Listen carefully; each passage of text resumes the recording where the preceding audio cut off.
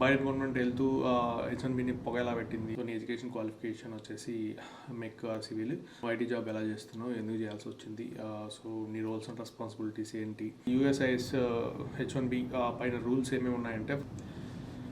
రే అబ్బా, ఎలా ఉన్నారు అందరూ? చాలా హ్యాపీగా ఉంది.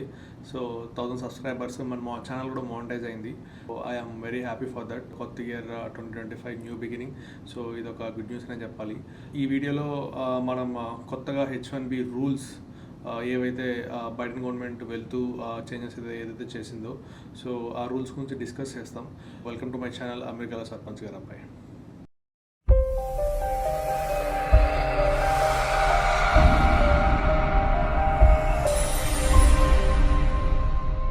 కొత్తగా అయితే ఇప్పుడు మనం ట్రెండింగ్ టాపిక్ ఏంటంటే, రీసెంట్గా ఎలాన్ మస్క్ ట్వీట్ చేశాడు. సో యూఎస్కి ఇమిగ్రెంట్స్, నాన్ ఇమిగ్రెంట్స్, హెచ్1బీసే కీలక పాత్ర. సో మీరు హెచ్1బి అనే దారి చూపించి టాలెంట్ అంతా యూఎస్కి తీసుకొస్తున్నారు అని చెప్పాడు. తర్వాత లాస్ట్ కంక్లూజన్ కూడా వచ్చాడు అనమాట. సో నేను ఒక హెచ్1బి డిపెండెంట్, నాన్ ఇమిగ్రెంట్ కింద వచ్చాను. ఈరోజు స్టార్ ఎక్స్, టెస్లా అనే సంస్థలు ఏర్పాటు చేసి సో అమెరికాని ముందుగా తీసుకెళ్తున్నాను. సో హెచ్1బి అనేది అయితే మీరు సపరేట్ చేంజెస్, కోటా పెంచాలి, సో హెచ్1బిలో ఎలాంటి మార్పులు చేయకూడదు అనే అయితే రగడ జరుగుతుందన్నమాట. ఇలాన్ మాస్క్ పెట్టిన ట్వీట్కి వితిన్ నేను ఒక 5 minutesలో చూశాను అనమాట. 30K కామెంట్స్ అయితే ఉన్నాయి. So it's huge impact within మినిట్లో. ఇది ఒక బ్రేకింగ్ న్యూస్ అనమాట. అది కాకుండా ఇప్పుడు కొత్తగా బైడెన్ గవర్నమెంట్ వెళ్తూ హెచ్1బిని పొగేలా పెట్టింది. ట్రంప్ని ఇరకాటంలో పెట్టడానికి ఇలా చేసిందని నా ఫీలింగ్ పర్సనలీ.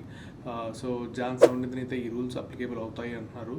బేసిక్గా ఇవి పెద్ద ఇంపాక్ట్ ఉండకపోవచ్చు, బట్ ఐఎమ్ నాట్ షూర్ అనమాట. ఇంకా ఇంకా ఇంపాక్ట్ ఎలా ఉంటుంది అసలు దానిపైన అంటే బ్రీఫ్ ఐడియా రాలేదు. సో ఈ బ్రీఫ్ ఐడియా ఎప్పుడు వస్తుంది, అసలు ఇంపాక్ట్ ఏముంటుంది, ఇవన్నీ ఏంటంటే జాన్ 17th తెలుస్తాయి అనమాట. మనమైతే జాన్ 17th వరకు వెయిట్ చేయాలి.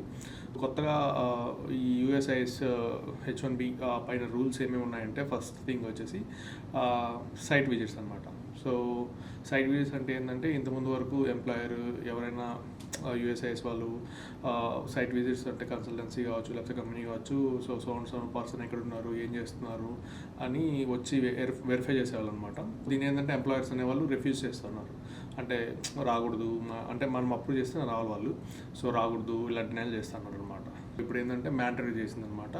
సో గవర్నమెంట్ ఎప్పుడైనా ఎక్కడైనా వచ్చి ఎంక్వైరీ చేయొచ్చు, సో డాక్యుమెంట్స్ అడగచ్చు, త్రూఅవుట్ అసలు ఎంప్లాయర్ ఎక్కడున్నాడు, ఏంటి, అతను ఏ క్లయింట్కి వర్క్ చేస్తున్నాడు, ఏంటి, త్రూఅవుట్ డీటెయిల్స్ అయితే అడిగే ఛాన్స్ ఉందన్నమాట. సో ఇప్పుడైతే ఎస్కేప్ అయ్యే ఛాన్స్ ఎక్కడ ఉండదు. సో కొంచెం కేర్ఫుల్గా ఉండాలి హెచ్1బి హోల్డర్స్ ఎవరైతే ఉన్నారో.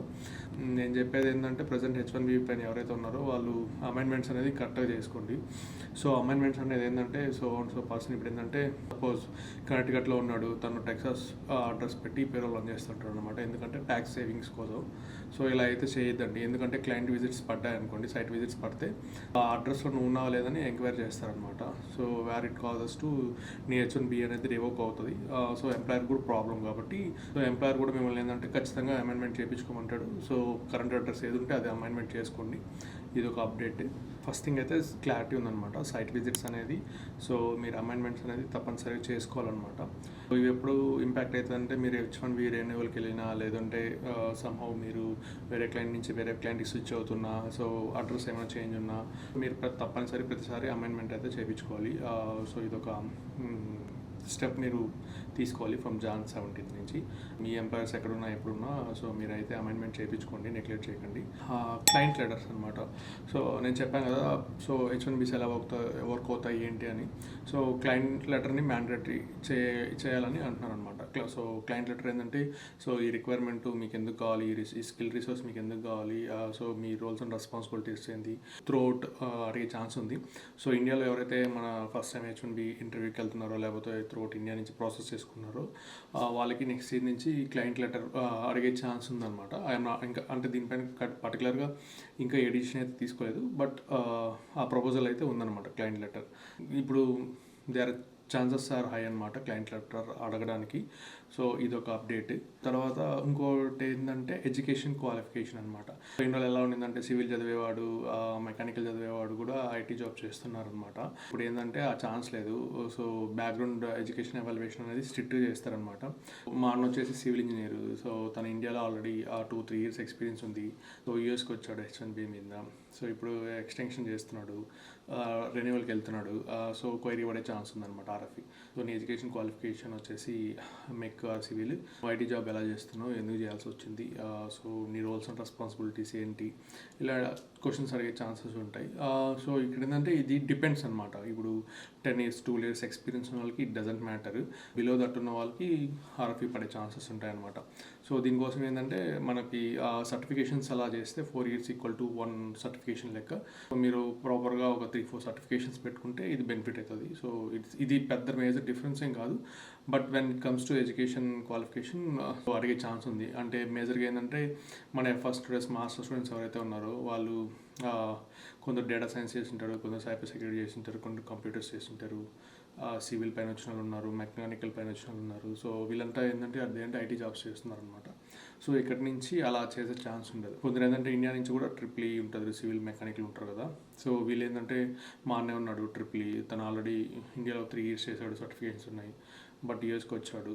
సో రెన్యూవల్ అప్పుడు ప్రాబ్లం అవుతుంది అనమాట, ఆర్ఎఫ్ఈ పడే ఛాన్సెస్ ఉంది ప్రజెంట్ ఇక్కడ ఉన్న వాళ్ళకి. సో ఇండియా నుంచి వచ్చే వాళ్ళకి ఇంటర్వ్యూకి వెళ్ళేటప్పుడు ఆస్కింగ్ ఆఫ్ క్వశ్చన్స్ అయ్యి అనమాట, రిజెక్షన్ రేట్ ఎక్కువ ఉండే ఛాన్స్ ఉంటుంది.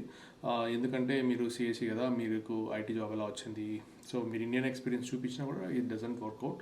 బట్ కానీ ఛాన్సెస్, అప్రూవల్ ఛాన్సెస్ కూడా హైయే ఉన్నాయి. ఎందుకంటే 4 years = 1 సర్టిఫికేషన్ కదా. సో 12 years అంటే మీకు 4 3 12. సో మీరు సర్టిఫికేషన్స్ ఒక 3-4 చేసుకుంటే ఇట్ డజంట్ మ్యాటర్. సో అది కవర్ అయ్యే ఛాన్స్ ఉంది. అదే 3:1 రేషియో కాబట్టి ఇది.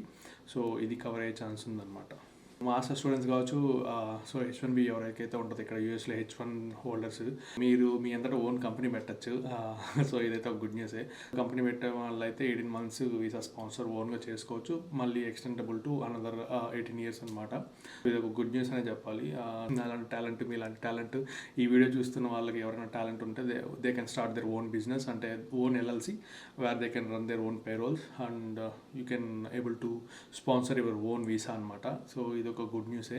దెర్ ఈజ్ ఎనీ ఇష్యూ అంటే ఇష్యూస్ ఏ ఉంటాయో తెలియదు, బట్ ఫ్యూచర్లో అంటే కాకపోతే ఇది ఏంటంటే ప్రతిసారి ఎక్స్టెండ్ చేసుకోవాలి కదా. 18 months అంటే చూడంగానే 18 months అయితే అయిపోద్ది ఇది.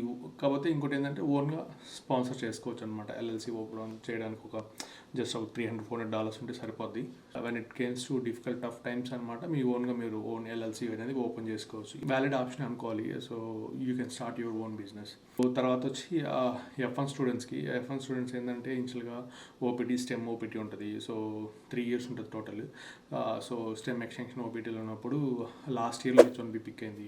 అంటే March 6th నుంచి 26 వరకు అనమాట. సపోజ్ ఈ ఇయర్ 2025లో ఇయర్ లాటరీలో తనకి పిక్ అయింది. తను ఫైలింగ్ చేసుకొని అప్రూవ్ అవ్వడానికి ఒక మార్చ్ అంటే ఏప్రిల్, మే, జూలై, ఆగస్ట్ వరకు అవుతుందన్నమాట. ఇనిషియల్ ఇది 6 months ఉండింది. సో దాన్ని ఏంటంటే నెక్స్ట్ ఇయర్ ఏప్రిల్ వరకు రెన్యూ చేశారు, అంటే 1 year అనమాట. ఇప్పుడు H1Bలో లాటరీలో పిక్ అయితే అది ఫైల్ చేసుకోవడానికి 1 year టైం ఉంటుంది అనమాట. You can work for that 1 year and తర్వాత H1B స్టేటస్ పైకి వెళ్ళచ్చు. లాస్ట్ అటెంప్ట్లో ఉన్న వాళ్ళకి ఇది ఒక పెద్ద బెనిఫిట్ అండ్ ఓరటే అని చెప్పాలన్నమాట. ఇది ఒక గుడ్ న్యూసే F1 స్టూడెంట్స్కి. త్రూఅవుట్ మేజర్ చేంజెస్ అయితే ఇవి. దీనివల్ల మీ H1Bs ట్రై చేయొద్దని చెప్పను, ట్రై ఆపొద్దని చెప్పను. చాలా depends on your own interest. నేనైతే మళ్ళీ చెప్తున్నాను, మన సబ్స్క్రైబర్స్, ఫాలోవర్స్ ఎవరుతున్నారో వాళ్ళకి ఖచ్చితంగా H1B అనేది స్పాన్సర్ చేస్తాను. It's not a big deal. So ఈసారి కూడా మీ లక్ని ట్రై చేసుకోండి. ఈ రూల్స్కి మన వాళ్ళు కూడా ఏదో ఒకటి సొల్యూషన్ అయితే ఉంటుంది. Don't worry about that. So ఈ ఇయర్ March 6th నుంచి 26th వరకు అయితే H1B లాటరీస్ ఓపెన్ అవుతాయి. If you anyone is interested you can comment below. I'm ready to help for you. It's time to sign off. అమెరికాలో సర్పంచ్ గారు.